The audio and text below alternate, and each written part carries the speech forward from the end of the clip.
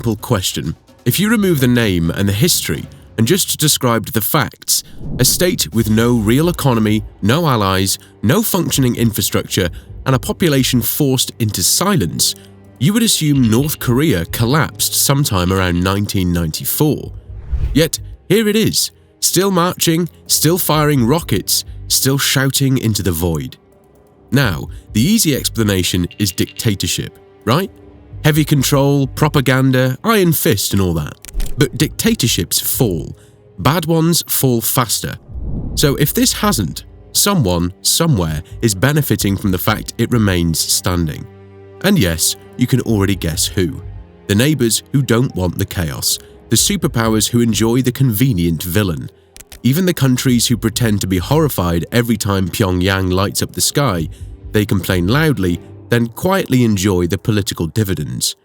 North Korea is not being protected out of sympathy, it's being preserved out of convenience. A small, controlled disaster that everyone has learned to live with, as long as it never spills over the border. So today, we're not asking why is North Korea so harsh. Everyone knows that. Everyone has seen the documentaries. We're asking the real question, the one that exposes the uncomfortable truth sitting under the entire region. Why does the world keep allowing this place to exist? Because if you think the answer is about the Kim dynasty, you're not even close.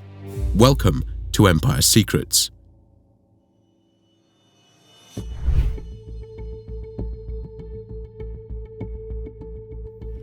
Let's be honest, if North Korea were a company, every consultant on Earth would tell you it should have gone bankrupt years ago. No innovation, no customers, no capital, no competitive advantage, and the CEO keeps threatening to blow up the competition. Yet somehow the doors stay open. Strange, isn't it? Most failing states collapse under the weight of their own dysfunction. North Korea doesn't collapse because the world quietly holds the foundation together. Not because they like it, but because the alternatives are catastrophically expensive. You remove the regime tomorrow and instantly you trigger a cocktail of chaos that no global power is willing to drink.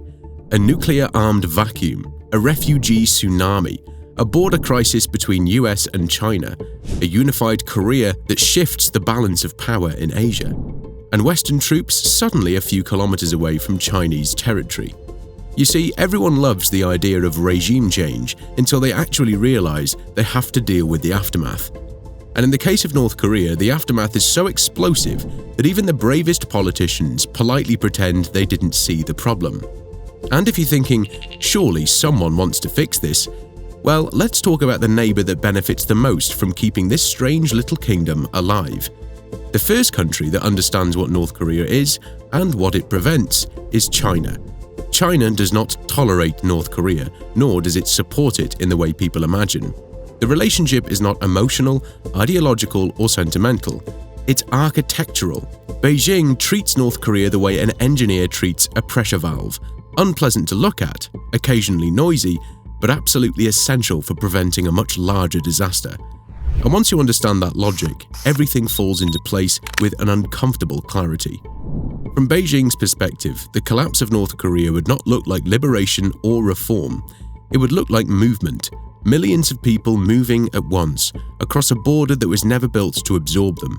Not in weeks, not in months, but in days. Hunger does not wait for diplomatic coordination, and panic does not respect checkpoints. A single internal fracture in the north would send pressure outward in every direction, with China absorbing the first and heaviest impact. Yet the humanitarian cost is only the first layer. The second layer is far more existential. A unified Korean peninsula aligned with the United States would place an American-backed democracy directly on China's doorstep, with US military infrastructure potentially moving several hundred kilometers closer to Beijing. For China, this is not a hypothetical concern. It is a strategic nightmare. North Korea, in all its dysfunction, provides something Beijing values more than a polite neighbor: space. Space between Chinese territory and American troops. Space between China's political system and a powerful, wealthy South Korea. Space between stability and the unknown chaos that would follow the collapse of a nuclear state. Whenever people imagine China controlling North Korea, they misunderstand the relationship. Beijing does not want control. It wants predictability. A predictable dictatorship is considered safer than a liberated peninsula whose direction might be shaped by Washington, Tokyo, or Seoul. And so, China manages the relationship with the precision of a surgeon who knows exactly which organs can be cut and which must remain untouched. Too little support and the regime risks implosion. Too much support and it becomes bolder than Beijing prefers. China walks a tightrope, never allowing collapse, never allowing chaos, always maintaining the equilibrium that secures its own national interests. The irony, which Beijing never says out loud, is that the existence of North Korea simplifies its relationship with the United States. The threat from Pyongyang provides China with diplomatic leverage, a constant reminder to Washington that destabilizing East Asia would open a crisis neither side can control.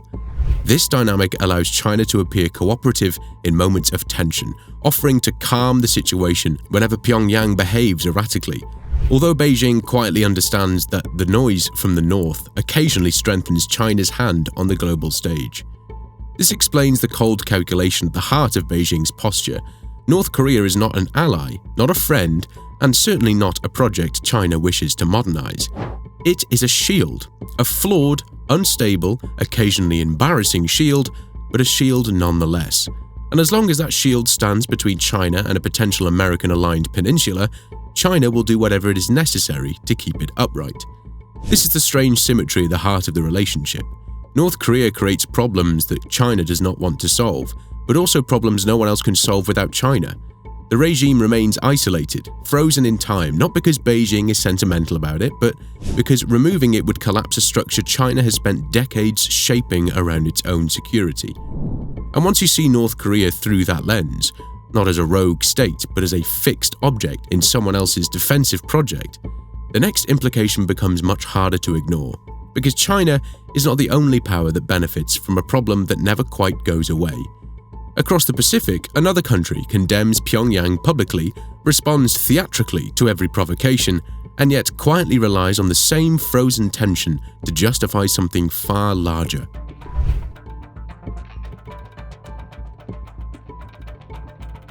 America sees the peninsula's northern half as a spotlight.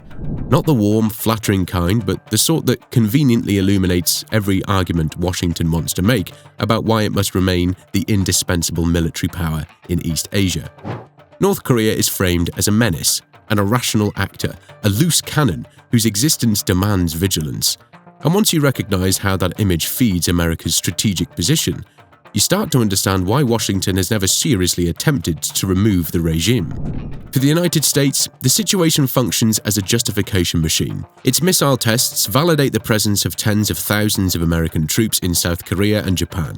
Its nuclear program supports the logic behind missile defense systems that cost billions, systems Washington prefers to anchor across the region.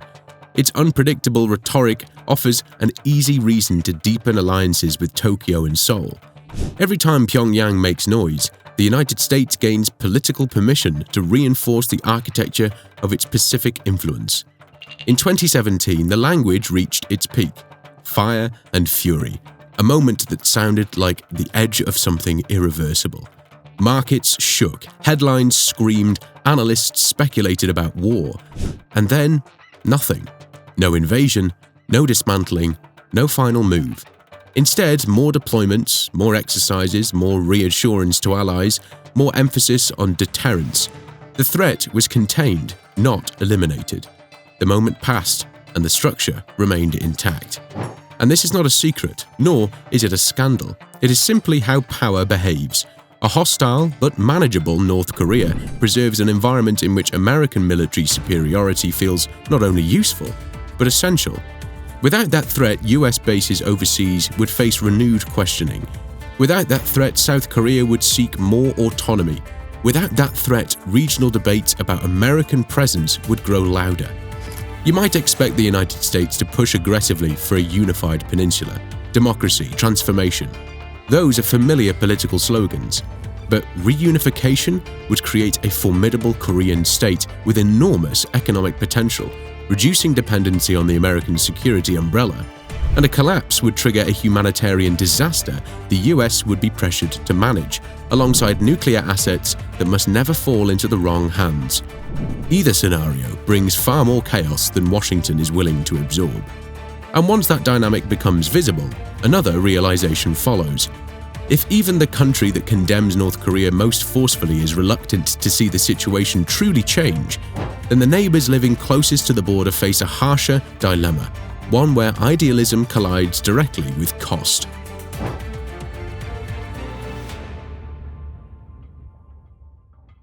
South Korea dreams of reunification in speeches, in school textbooks, in political campaigns where idealism is cheap and applause is guaranteed. But the calculation is brutally different. Reunification is not a romantic national rebirth. It is a generational financial burden, so enormous that even the most patriotic governments step back once they read the numbers. The Republic of Korea is a global tech hub, a top 10 economy, a society built on precision, education, and high-value industries. North Korea, by comparison, resembles an abandoned factory that's been rusting for 70 years. Integrating the two is not a symbolic handshake. It is an economic detonation. We've already seen how fragile cooperation can be back in February 2016, when the Kaesong industrial complex shut down. The collapse was immediate. One political decision erased years of coordination in a matter of hours. Manufacturing plants stopped, contracts vanished, workers disappeared behind the border. That was not reunification. That was a controlled experiment. And even that proved how quickly the ground gives way. Every independent study estimates the same thing. The cost would run into the trillions, restructuring would take decades, and even then, the social fractures would be severe. Imagine merging Silicon Valley with a collapsed Soviet mining town and expecting harmony by Monday morning. That is the scale of the challenge. Seoul has studied the German reunification model for decades, and the lessons they extracted is painfully simple. Berlin only managed it because West Germany was already wealthy beyond imagination, and East Germany was not nuclear armed. South Korea is wealthy, yes, but not wealthy enough to stabilize 26 million people who have lived under total isolation, and the nuclear mission alone makes the comparison almost meaningless. Then there is Japan, a country that watches the peninsula with the detachment of a neighbor who wants quiet, but also does not want construction work next door. Japan dislikes Pyongyang's behavior, but fears a unified Korea even more.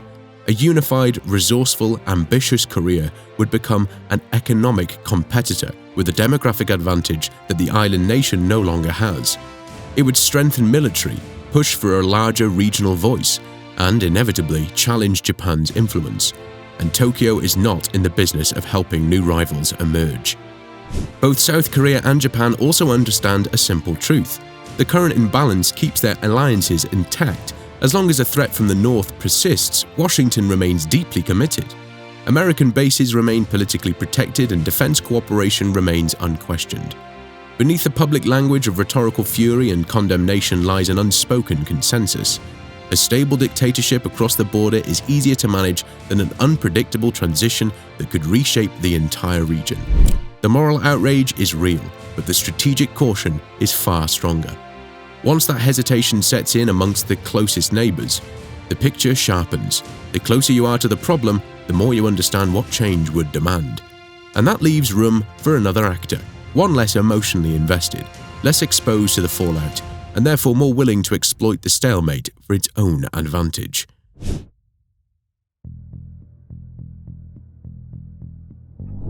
Russia does not need North Korea to be stable, prosperous, or predictable. It only needs it to remain inconvenient enough for the West to waste time managing it. Moscow's relationship with Pyongyang is not built on ideology, nor on loyalty, nor on any fantasy of communist brotherhood. It is the transactional system in which both sides understand exactly what they offer and exactly what they get in return.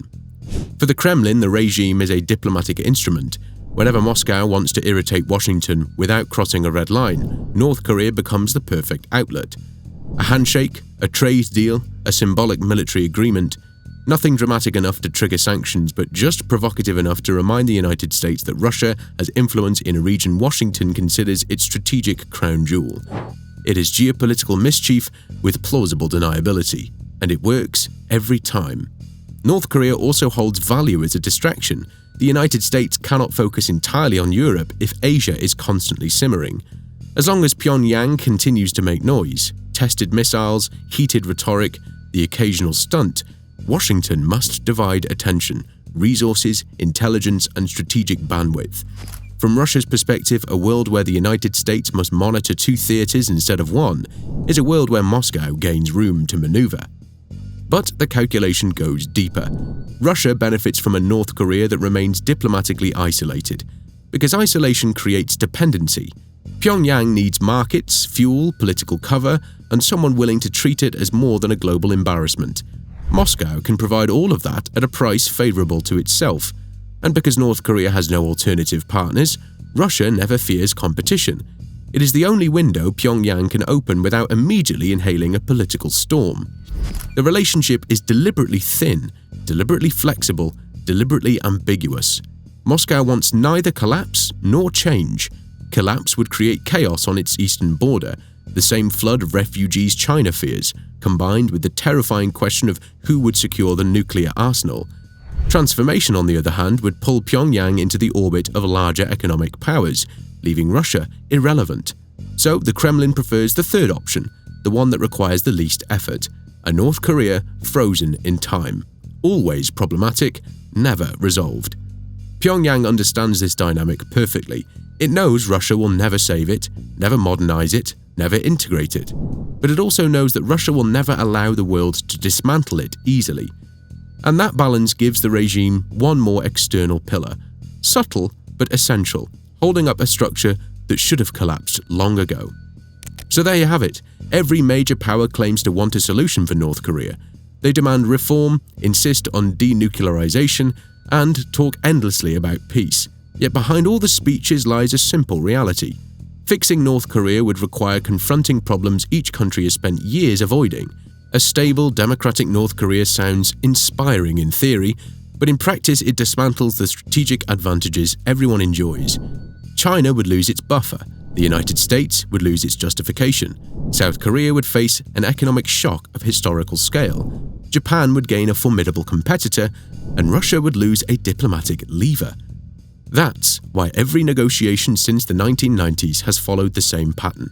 Pyongyang promises change, the world pretends to believe it, agreements are drafted, sanctions are shifted, tensions rise and fade, and then the cycle repeats.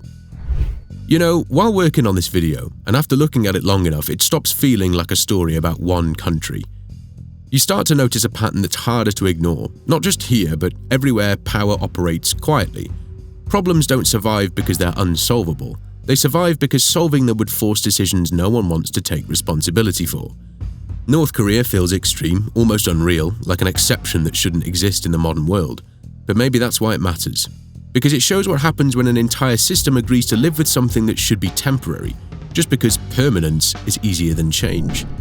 I found myself wondering how many other situations work the same way. Places where suffering isn't invisible, just managed. Where outrage exists on the surface, but underneath it, stability is quietly prioritized over resolution. Where everyone waits for something to break, while making sure it never quite does.